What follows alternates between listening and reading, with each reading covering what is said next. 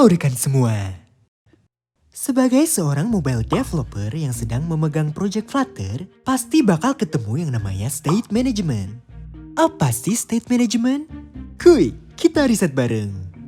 Kalau rekan sebelumnya punya background jadi developer Android native atau iOS native, rekan harus mulai berpikir out of the box.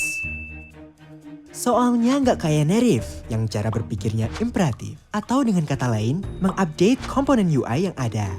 Flutter ini paradigmanya deklaratif, jadi nggak ada istilah-istilah set text atau set color di Flutter, tapi akan langsung dibuild ulang widget atau komponennya. Sehingga setiap perubahan yang terjadi di layar langsung terdeklarasikan ke user apa adanya. UI yang ditampilkan ke user bergantung pada apa yang dinamakan state. State adalah informasi yang bisa dibaca saat sebuah widget di-build dan bisa diganti atau dimodifikasi pada saat aplikasi dijalankan. Saat kondisi aplikasi berubah, state pun berubah dan UI pun di-build ulang. Secara teknis, state disimpan pada tempat yang bernama state object yang memisahkan kondisi UI dengan tampilan UI. Lebih jelasnya, jika rekan semua ingin mengubah kondisi suatu widget, berarti kita perlu mengupdate state object tadi dengan cara membuild ulang melalui state management tertentu.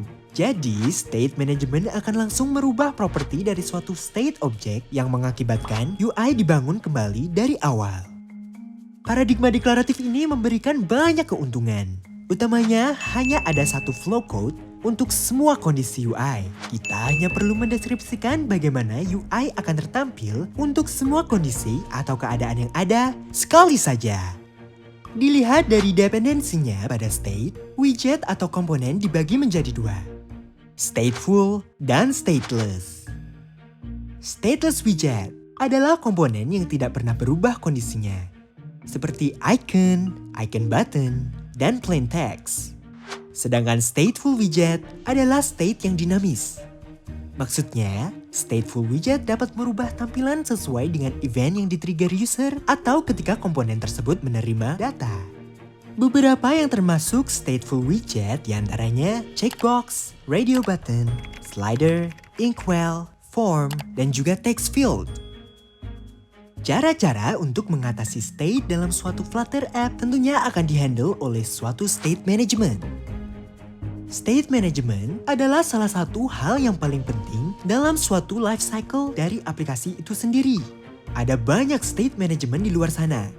Namun pada kesempatan kali ini, kita akan mengenal 4 yang paling sering kami gunakan, yaitu simple state management dengan set state, provider, block dengan qubit, dan getX. Simple state management adalah tentunya yang paling simple dari semua state management.